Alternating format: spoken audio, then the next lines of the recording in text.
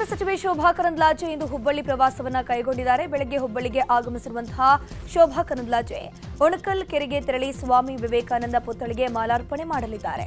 ನಂತರ ಬಿಜೆಪಿ ಕಚೇರಿಯಲ್ಲಿ ಜಿರಾಮ್ಜಿ ಯೋಜನೆ ಕುರಿತು ಪತ್ರಿಕಾಗೋಷ್ಠಿ ನಡೆಸುತ್ತಾರೆ. ನಂತರ ಚೇಂಬರ್ ಆಫ್ ಕಾಮರ್ಸ್ ಸಭಾಂಗಣದಲ್ಲಿ 4 ಕಾರ್ಮಿಕ ಕಾಯ್ದೆಗಳ ಕುರಿತು ಜಾಗೃತಿ ಕಾರ್ಯಕ್ರಮಕ್ಕೆ ಚಾಲನೆ ನೀಡಲಿದ್ದಾರೆ. ಶೋಭಾ ಕರಂದ್ಲಾಜೆ ಅವರಿಗೆ ಶಾಸಕ ಮಹೇಶ್ ತೆಂಗಿನಕಾಯಿ ಸೇರಿ ಸ್ಥಳೀಯ ಮುಖಂಡರು ಸಾಥ್ ನೀಡಲಿದ್ದಾರೆ. ರಾಜ್ಯ ರಾಜಕೀಯದಲ್ಲಿ ಮನ್ರೇಗಾ ಹೆಸರು ಬದಲಾವಣೆಯ ಜಟಾಪಟಿ ಜೋರಾಗಿ ನಡೀತಾ ಇದೆ. ಕೇಂದ್ರ ಸರ್ಕಾರದ ವಿರುದ್ಧ ಕೈ ನಾಯಕರು ನಿಗಿ ಕೆಂಡ ಕಾಡ್ತಾ ಇದ್ದಾರೆ. ಸ್ಥಳೀಯ ಸಂಸ್ಥೆಗಳ ಚುನಾವಣೆ ಮೇಲೆ ಕಾಂಗ್ರೆಸ್ ಕಣ್ಣು ಬಿದ್ದಿದ್ದು, ಜಿಲ್ಲಾ ಪಂಚಾಯಿತಿ ಮತ್ತು ತಾಲೂಕು ಪಂಚಾಯಿತಿಯಲ್ಲಿ ಮನ್ರೇಗಾ ಅಸ್ತ್ರ ಪ್ರಯೋಗಕ್ಕೆ ಕಾಂಗ್ರೆಸ್ ಸಿದ್ಧತೆಯನ್ನು ಮಾಡಿಕೊಳ್ತಿದೆ. ಇದೇ ತಿಂಗಳಲ್ಲಿ ರಾಜ್ಯಾದ್ಯಂತ ಪ್ರತಿಭಟನೆ ಮಾಡೋಕೆ ಕೈಪಡೆ ಸಜ್ಜಾಗಿದೆ. ಮಹಾತ್ಮ ಗಾಂಧಿ ಹೆಸರನ್ನ ತೆಗೆಯುವ ಉದ್ದೇಶದಿಂದ ಬಿಜೆಪಿಯ ನಾಯಕರು ದ್ವೇಷ ರಾಜಕೀಯ ಮಾಡ್ತಿದ್ದಾರೆ ಅಂತ ಜನರಿಗೆ ತಿಳಿಸೋಕೆ ಮುಂದಾಗಿದ್ದಾರೆ. ಬಾಗಲಕೋಟೆ ಉಪಚುನಾವಣೆಗೆ ಸಿದ್ಧತೆ ಮಾಡಿಕೊಳ್ಳಲಾಗ್ತಾ ಇದೆ. ದಿವಂಗತ ಎಚ್.ವೈ. ಮೇಟಿ ನಿಧನದಿಂದ ತೆರವಾಗಿದ್ದಂತಹ ಕ್ಷೇತ್ರ ವಶಕ್ಕೆ ಬಿಜೆಪಿ ಪ್ಲಾನ್ ಮಾಡಿಕೊಂಡಿದೆ. ಉಪಸಮರದಲ್ಲಿ ಪಕ್ಷದ ಆಂತರಿಕ ಭಿನ್ನಮತ, ಬಣ ಬಡಿದಾಟವೇ ಕಂಟಕವಾಗಲಿದೆ.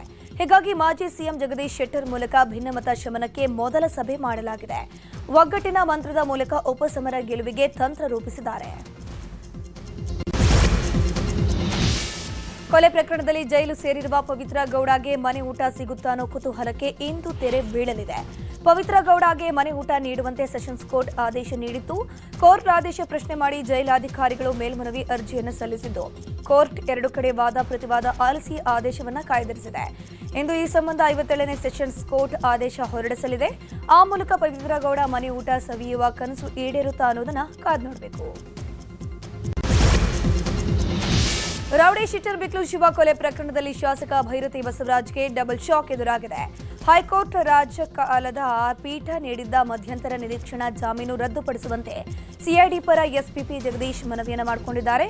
ಮಧ್ಯಂತರ ನಿರೀಕ್ಷಣಾ ಜಾಮೀನು ರದ್ದು ಮಾಡಿ ಕಸ್ಟೋಡಿಯಲ್ ಇಂಟ್ರಾಗೇಷನ್ಗೆ ಅನುಮತಿ ನೀಡುವಂತೆ ಮನವಿ ಮಾಡಿಕೊಂಡಿದ್ದಾರೆ. ಹೈಕೋರ್ಟ್ನ ನ್ಯಾಯಮೂರ್ತಿ ಸುನೀಲ್ ದತ್ ಯಾದವ್ ಪೀಠದಲ್ಲಿ ಇಂದು ಅರ್ಜಿ ವಿಚಾರಣೆ ನಡೆಯಲಿದೆ. ಕೋಗಿಲು ಬಳಿಕ ಥಣಿಸಂದ್ರದಲ್ಲಿ ಬಿಡಿಎಯಿಂದ ಒತ್ತುವರಿ ತೆರವು ಕಾರ್ಯಾಚರಣೆ ನಡೆದಿದೆ. ಕಳೆದ ಗುರುವಾರ ಸುಮಾರು 35ಕ್ಕೂ ಹೆಚ್ಚು ಶೆಡ್ಗಳನ್ನು ಬಿಡಿಎ ಅಧಿಕಾರಿಗಳು ತೆರವುಗೊಳಿಸಿ ಸರ್ಕಾರಿ ಜಮೀನುಗಳನ್ನು ಸ್ವಾಧೀನಕ್ಕೆ ಪಡ್ಕೊಂಡಿದ್ದಾರೆ. ಇತ್ತ ಮನೆ ಕಳ್ಕೊಂಡ ನಿವಾಸಿಗಳು ರಾತ್ರಿ ಇಡೀ ಚಳಿಯಲ್ಲಿ ಕಾಲ ಕಳೆಯುವಂತಾಗಿತ್ತು. ಆದರೆ ಕಳೆದ 3-4 ದಿನಗಳಿಂದ ಚಳಿ ಜಾಸ್ತಿ ಇರೋದ್ರಿಂದ ನಿವಾಸಿಗಳು, ಸಂಬಂಧಿಕರು, ಪರಿಚಿತರ ಮನೆಗಳಲ್ಲಿ ಆಶ್ರಯ ಪಡ್ಕೊಂಡಿದ್ದಾರೆ. ಇನ್ನು ಮನೆಗಳನ್ನು ಕಳ್ಕೊಂಡು ಬೀದಿಗೆ ಬಿದ್ದ ಜನರಿಗೆ ತಾತ್ಕಾಲಿಕವಾಗಿ ಟೆಂಟ್ ಹಾಕಿ ಉಳಿದುಕೊಳ್ಳೋಕೆ ವ್ಯವಸ್ಥೆಯನ್ನು ಮಾಡಲಾಗಿದೆ. ಸ್ಥಳೀಯ ಮುಖಂಡರು ಬೆಳಗ್ಗೆ ಹಾಗೂ ರಾತ್ರಿ ವೇಳೆ ಊಟದ ವ್ಯವಸ್ಥೆಯನ್ನು ಮಾಡಿದ್ದಾರೆ. ಸದ್ಯ ಇನ್ನು ತೆರವು ಕಾರ್ಯ ಬಾಕಿ ಇದ್ದು ಯಾವಾಗ ಜೆಸಿಬಿ ಸದ್ದು ಮಾಡುತ್ತೋ ಅಂತ ಜನ ಭಯದಲ್ಲೇ ಬದುಕುವಂತಾಗಿದೆ. ಸರ್ಕಾರಿ ಜಮೀನಿನಲ್ಲಿ ಮನೆ ಕಟ್ಟಿದ ಒಂದು ಆರೋಪದ ಮೇಲೆ ಬಿಡಿಎ ಅಧಿಕಾರಿಗಳು ಥಣಿಸಂದ್ರ ಬಳಿ ಕೂಡ ಒಂದು ಒತ್ತುವರಿ ತೆರವು ಕಾರ್ಯಾಚರಣೆಯನ್ನು ಮಾಡಿರೋದು. ಕಳೆದ ಗುರುವಾರ ನಾವೇನು ನೋಡ್ತಾ ಇದ್ದೀವಿ, ಈ ಒಂದು ಭಾಗದಲ್ಲಿ ಸುಮಾರು 35ಕ್ಕೂ ಹೆಚ್ಚು ಮನೆಗಳನ್ನು ಒತ್ತುವರಿ ತೆರವನ್ನು ಕೂಡ ಮಾಡಿದ್ದಾರೆ. ಈಗಾಗಲೇ ಈ ಒಂದು ಮನೆಗಳ ಅವಶೇಷಗಳನ್ನು ಕೂಡ ನೋಡ್ಬೋದು. ಮತ್ತು ಅದೇ ರೀತಿಯಾಗಿ ಮನೆ ಕಳ್ಕೊಂಡಂಥ ಒಂದು ಜನ ಏನಿದ್ರೆ ಅವರು ಕೂಡ ಈಗಾಗಲೇ ಏನು ರಾತ್ರಿ ವೇಳೆ ಒಂದು ಟೆಂಟ್ಗಳಲ್ಲಿ ಕೂಡ ಒಂದು ವಾಸ ಮಾಡ್ತಿರುವಂತಹ ದೃಶ್ಯಗಳನ್ನು ಕೂಡ ನಾವು ನೋಡ್ಬೋದು. ಏನು ಕಳೆದ 3-4 ದಿನಗಳಿಂದಲೂ ಕೂಡ ಜನ ಎಲ್ಲರೂ ಕೂಡ ರಾತ್ರಿ ವೇಳೆ ಈ ರೀತಿ ಒಂದು ಚಳಿಗೆ ತಾಳಲಾರದ ಒಂದು ಬೆಂಕಿಯನ್ನು ಹಾಕೊಂಡು ಒಂದು ಕಾಲ ಕಳೆಯುವಂತಹ ಪರಿಸ್ಥಿತಿ ಇಲ್ಲಿ ಕಂಡು ಬರ್ತಾ ಇದೆ. ಮತ್ತೆ ಅದೇ ರೀತಿಯಾಗಿ ಮಹಿಳೆಯರು ಮತ್ತೆ ಮಕ್ಕಳು ಉಳ್ಕೊಳ್ಳೋದಕ್ಕೆ ಒಂದು ಪೆಂಡಾಲ್ ವ್ಯವಸ್ಥೆಯನ್ನು ಕೂಡ ಮಾಡಿ ಅದರಲ್ಲಿ ಎಲ್ಲರೂ ಕೂಡ ಉಳ್ಕೊಳ್ತಾ ಇದ್ದಾರೆ. ಏನು ಇದು ಸರ್ಕಾರಿ ಜಮೀನಾಗಿದ್ದು ಈ ಒಂದು ಜಮೀನಿನಲ್ಲಿ ಒಂದು ಅಕ್ರಮವಾಗಿ ಮನೆಗಳನ್ನು ಕಟ್ಕೊಂಡು ವಾಸ ಮಾಡ್ತಿದ್ದಾರೆ ಅಂತೇಳಿ ಒಂದು ಆರೋಪದ ಮೇಲೆ ಬಿಡಿಎ ಅಧಿಕಾರಿಗಳು ಈಗ ಇಲ್ಲಿ ಒತ್ತುವರಿ ತೆರವು ಕೂಡ ಮಾಡ್ತಾ ಇದ್ದಾರೆ. ಇದು ಥಣಿಸಂದ್ರ ಭಾಗದಲ್ಲಿ ಇರುವಂತಹ ಒಂದು ಏರಿಯಾ. ಈ ಒಂದು ಏರಿಯಾದಲ್ಲಿ ಸುಮಾರು 60ಕ್ಕೂ ಹೆಚ್ಚು ಮನೆಗಳನ್ನು ನಿರ್ಮಿಸಿಕೊಂಡು ಜನ ಕೂಡ ವಾಸ ಮಾಡ್ತಾ ಇದ್ರು. ಮತ್ತೆ ಅವರು ಎಲ್ಲರೂ ಕೂಡ ಕರೆಂಟ್ ಬಿಲ್ ಮತ್ತೆ ವಾಟರ್ ಬಿಲ್ ಮತ್ತೆ ಏನು ಬೇರೆ ಸರ್ಕಾರಿ ದಾಖಲಾತಿಗಳಿದೆ ಅದನ್ನು ಕೂಡ ಪಡ್ಕೊಂಡು ಇಲ್ಲಿ ವಾಸವನ್ನ ಮಾಡ್ತಾ ಇರ್ತಾರೆ. ಆದರೆ ಇದು ಸರ್ಕಾರಕ್ಕೆ ಸೇರಿದ ಜಮೀನು ಅಂತೇಳಿ ಈಗ ಬಿಡಿಎ ಅಧಿಕಾರಿಗಳು ಕಳೆದ ಗುರುವಾರ ಬೆಳಗ್ಗೆ ಇದನ್ನ ಡೆಮಾಲಿಷನ್ ಮಾಡಿ ಎಲ್ಲವನ್ನು ಕೂಡ ಒಂದು ತೆರವು ಮಾಡುವಂತ ಕೆಲಸವನ್ನ ಈಗ ಮಾಡಿದ್ದಾರೆ.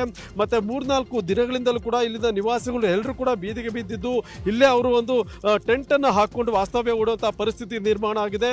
ಮತ್ತೆ ಈ ಒಂದು ಭಾಗದಲ್ಲಿ ಏನು ಎಲ್ಲರೂ ಕೂಡ ಇಲ್ಲಿದ್ದಂತ ಏನು ನಿವಾಸಿಗಳು ಏನಿದ್ರೆ ಅವರೇ ತಾವೇ ಒಂದು ಊಟವನ್ನು ತಯಾರಿ ಮಾಡಿಕೊಂಡು ಮತ್ತೆ ಊಟ ವ್ಯವಸ್ಥೆ ವಸತಿ ಇರ್ಬೋದು ಮತ್ತೆ ಬೇರೆ ವ್ಯವಸ್ಥೆಗಳನ್ನು ಕೂಡ ಅವರೇ ಒಂದು ಅರೇಂಜ್ ಮಾಡಿಕೊಂಡು ಇಲ್ಲಿ ಜೀವನ ನಡೆಸುವಂಥ ಪರಿಸ್ಥಿತಿ ನಿರ್ಮಾಣ ಆಗಿರೋದು. ಮತ್ತೆ ಇವತ್ತು ಕೂಡ ಕೆಲವು ಅಧಿಕಾರಿಗಳು ಇಲ್ಲಿಗೆ ಭೇಟಿ ಕೊಟ್ಟು ಇಲ್ಲಿದ್ದಂಥ ಸಣ್ಣ ಪುಟ್ಟ ತೆರವು ಕಾರ್ಯಾಚರಣೆ ಕೂಡ ಮಾಡಿದರೆ.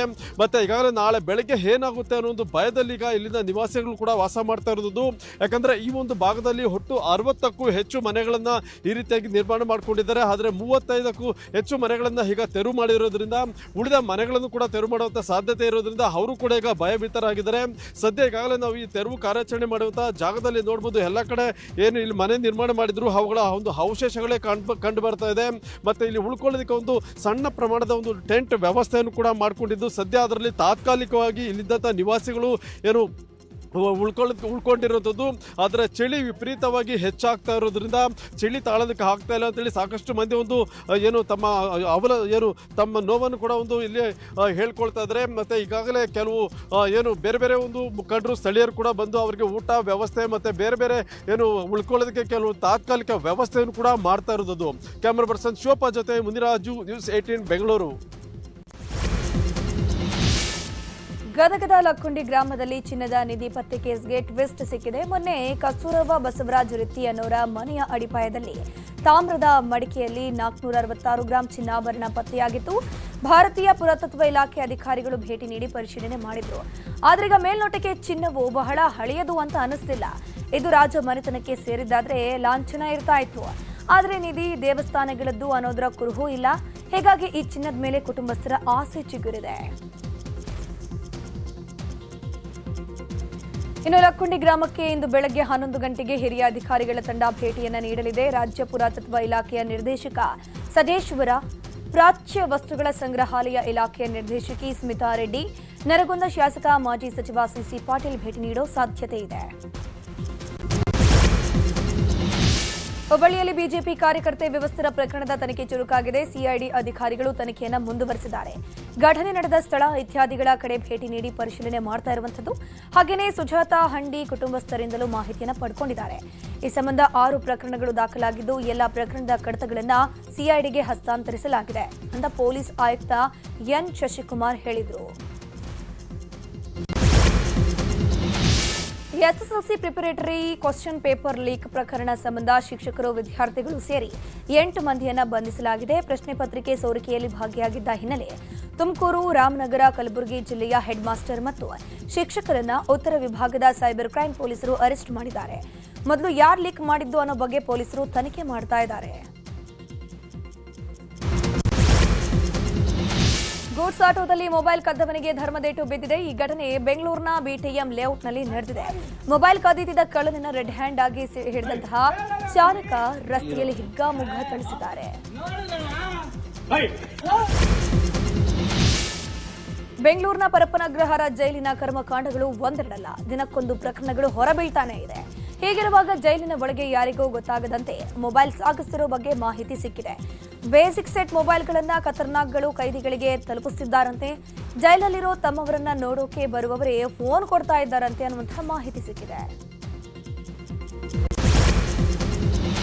ಬೆಳಗಾವಿಯಲ್ಲಿ ಇತ್ತೀಚೆಗೆ ಬೀದಿ ನಾಯಿಗಳ ಹಾವಳಿ ಮಿತಿ ಮೀರಿದೆ. ಅನೇಕ ಮಕ್ಕಳಿಗೆ ನಾಯಿ ಕಚ್ಚಿರುವ ಪ್ರಕರಣ ಬೆಳಕಿಗೆ ಬಂದಿದೆ.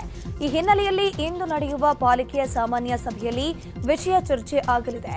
ಸಭೆಯಲ್ಲಿ ವಿಷಯ ಚರ್ಚಿಸಿ ಸೂಕ್ತ ಪರಿಹಾರಕ್ಕೆ ವಿರೋಧ ಪಕ್ಷದ ಸದಸ್ಯರು ಒತ್ತಾಯವನ್ನ ಮಾಡಲಿದ್ದಾರೆ. ಬೆಂಗಳೂರಿನ ಡೆಂಟಲ್ ಸ್ಟೂಡೆಂಟ್ ಆತ್ಮಹತ್ಯೆ ಪ್ರಕರಣಕ್ಕೆ ಸಂಬಂಧಪಟ್ಟಂತೆ ಲೆಕ್ಚರರ್ಸ್ ವಿರುದ್ಧ ಎಫ್ಐಆರ್ ದಾಖಲಾಗಿದೆ. ಸೂರ್ಯನಗರ ಪೊಲೀಸ್ ಠಾಣೆಯಲ್ಲಿ ಖಾಸಗಿ ಕಾಲೇಜು ಪ್ರಾಂಶುಪಾಲ ಸೇರಿ 5 ಲೆಕ್ಚರರ್ಸ್ ವಿರುದ್ಧ ಮೃತ ಯಶಸ್ವಿನಿ ತಾಯಿ ಪರಿಮಳ ದೂರನ್ನ ಕೊಟ್ಟಿದ್ದಾರೆ. ಸಹಪಾಠಿಗಳ ಮುಂದೆ ಯಶಸ್ವಿನಿ ಬಣ್ಣದ ಬಗ್ಗೆ ಟೀಕೆ ಮಾಡಿದ್ದಾರೆ. ಯಶಸ್ವಿನಿ ಆತ್ಮಹತ್ಯೆಗೆ ಕಾಲೇಜು ಲೆಕ್ಚರರ್ಸ್ ಕಿರುಕುಳ ಕಾರಣ ಅಂತ ಆರೋಪವನ್ನ ಮಾಡಿದ್ರು. ತನ್ನ ಮಗಳ ಸಾವಿಗೆ ನ್ಯಾಯ ಸಿಗಬೇಕು ಅಂತ ಆಗ್ರಹಿಸಿದ್ದಾರೆ. ರಾಮಮೂರ್ತಿ ನಗರ ಟೆಕ್ಕಿ ಶರ್ಮಿಳಾ ಸಾವಿನ ಕೇಸ್ಗೆ ಬಿಗ್ ಟ್ವಿಸ್ಟ್ ಸಿಕ್ಕಿದೆ. ತನಿಖೆ ವೇಳೆ ಮನೆ ಮುಂದೆ ಇದ್ದಂತಹ ಆಕೆಯ ಪರಿಚಯಸ್ಥನೇ ಕೊಲೆ ಮಾಡಿರೋದು ಬೆಳಕಿಗೆ ಬಂದಿದೆ. ಕೊಲೆ ಆರೋಪಿ ಕರ್ನಲ್ ಕುರೈ ಅಂಬಾತ ಶರ್ಮಿಳಾ ಇದ್ದ ಮನೆ ಪಕ್ಕದಲ್ಲೇ ವಾಸವಾಗಿದ್ದಂತೆ. ಇಬ್ಬರ ನಡುವೆ ಪರಿಚಯವಾಗಿದ್ದು ಒನ್ ಸೈಡ್ ಲವ್ ಮಾಡ್ತಾ ಇದ್ದಂತೆ. ಹೀಗಾಗಿ ಜನವರಿ 3ನೇ ತಾರೀಕು ಆಕೆ ಇದ್ದ ಮನೆಯ ಬಾಲ್ಕನಿ ಮೂಲಕ ಒಳಗೆ ನುಗ್ಗಿ ಅನುಚಿತವಾಗಿ ವರ್ತಿಸಿದ್ದು. ಈ ವೇಳೆ ಶರ್ಮಿಳಾ ವಿರೋಧಿಸಿದ್ದಕ್ಕೆ ಹಲ್ಲೆ ಮಾಡಿದ್ದಾನೆ. ನಂತರ ಉಸಿರುಗಟ್ಟಿಸಿ ಹತ್ಯೆ ಮಾಡಿ ಸಾಕ್ಷ್ಯ ನಾಶಪಡಿಸುವ ಸಲುವಾಗಿ ಬೆಂಕಿ ಹಚ್ಚಿ ಆರೋಪಿ ಅಲ್ಲಿಂದ ಎಸ್ಕೇಪ್ ಆಗಿದ್ದ. ಈಗ ಪೊಲೀಸರು ಹಂತಕನನ್ನ ವಶಕ್ಕೆ ಪಡೆದು ವಿಚಾರಣೆ ಮುಂದುವರೆಸಿದ್ದಾರೆ. ಕೋಲಾರದ ಕೆಜಿಎಫ್ನಲ್ಲಿ ತಡರಾತ್ರಿ ಪೊಲೀಸ್ ರೂಟ್ ಮಾರ್ಚ್ ನಡೆಸಿದ್ದಾರೆ. ನಗರದ ಬಡಾವಣೆಯಲ್ಲಿ ಕಾನೂನು ಸುವ್ಯವಸ್ಥೆ ಪಾಲನೆ ಸಂಬಂಧ ರೂಟ್ ಮಾರ್ಚ್ ನಡೆಸಿರುವಂತದ್ದು. ಕೆಜಿಎಫ್ ನಗರದ ಎಸ್ಟಿ ಬ್ಲಾಕ್ ಬಡಾವಣೆಯಲ್ಲಿ ಎಸ್ಪಿ ಶಿವಾಂಶು ರಜಪೂತ್ ನೇತೃತ್ವದಲ್ಲಿ ಪಥಸಂಚಲನ ನಡೆಯಿತು. ರೂಟ್ ಮಾರ್ಚ್ ವೇಳೆ ರೌಡಿ ಶೀಟರ್ ಮನೆಗಳನ್ನ ಪರಿಶೀಲನೆ ಮಾಡಿದ್ದು, ಮನೆಗಳ ಮಾಲೀಕರೊಂದಿಗೆ ಎಸ್ಪಿ ಶಿವಾಂಶು ರಜಪೂತ್ ಸಮಾಲೋಚನೆ ನಡೆಸಿದ್ರು.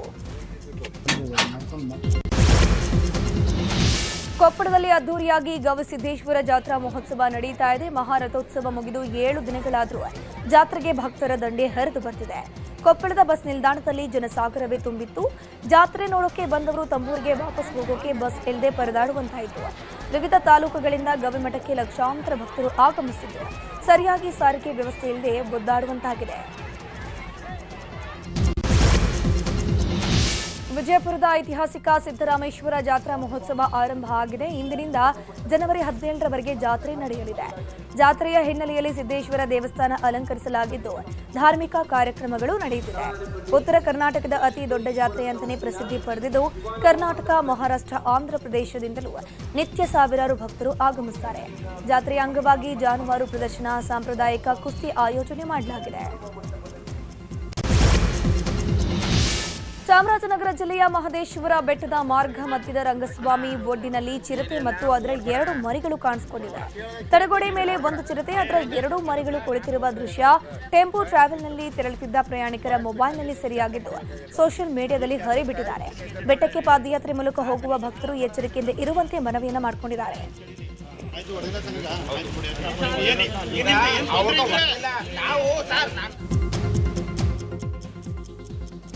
ಇನ್ನು ಚಿಕ್ಕಬಳ್ಳಾಪುರದ ನಂದಿ ಬೆಟ್ಟದ ತಪ್ಪಲಿನಲ್ಲಿ ಚಿರತೆ ಪ್ರತ್ಯಕ್ಷವಾಗಿದೆ. ಬಸವಣ್ಣ ರಸ್ತೆ ಮಾರ್ಗದಲ್ಲಿ ಚಿರತೆ ಓಡಾಡುತ್ತಿದ್ದ ದೃಶ್ಯವನ್ನ ಸವಾರರು ತಮ್ಮ ಮೊಬೈಲ್ನಲ್ಲಿ ಕ್ಯಾಪ್ಚರ್ ಮಾಡಿದ್ದಾರೆ. ಬಂಗಾಳ ಕೊಲ್ಲಿಯಲ್ಲಿ ವಾಯುಭಾರ ಕುಸಿತವಾಗಿದ್ದು, ಭಾರತದ ಹಲವು ರಾಜ್ಯಗಳಿಗೂ ಹೊಡೆತ ತಟ್ಟಿದೆ. ಬೆಂಗಳೂರು ಸೇರಿ ರಾಜ್ಯದ ಒಳನಾಡಿನ ಹಲವು ಭಾಗಗಳಲ್ಲಿ ಶೀತಗಾಳಿಯ ಜೊತೆಗೆ ಮಳೆಯಾಗುವ ಸಾಧ್ಯತೆ ಇದೆ ಅಂತ ಹವಾಮಾನ ಇಲಾಖೆ ಮುನ್ಸೂಚನೆ ಕೊಟ್ಟಿದೆ. ಮಧ್ಯ ಕರ್ನಾಟಕದ ಜಿಲ್ಲೆಗಳಲ್ಲಿ ಈ ಬಾರಿ ದಾಖಲೆ ಮಟ್ಟದ ಚಳಿ ದಾಖಲಾಗಿದ್ದು, ಜನಜೀವನ ಸಂಪೂರ್ಣವಾಗಿ ಅಸ್ತವ್ಯಸ್ತಗೊಂಡಿದೆ. ಕೇವಲ ಚಳಿ ಮಾತ್ರವಲ್ಲ, ಇದರ ಜೊತೆಗೆ ಬೀಸುತ್ತಿರುವ ಶೀತಗಾಳಿ ಮತ್ತು ಅಕಾಲಿಕ ಮಳೆ ಜನರ ಆರೋಗ್ಯದ ಮೇಲೆ ಗಂಭೀರ ಪರಿಣಾಮ ಬೀರ್ತಾ ಇದೆ.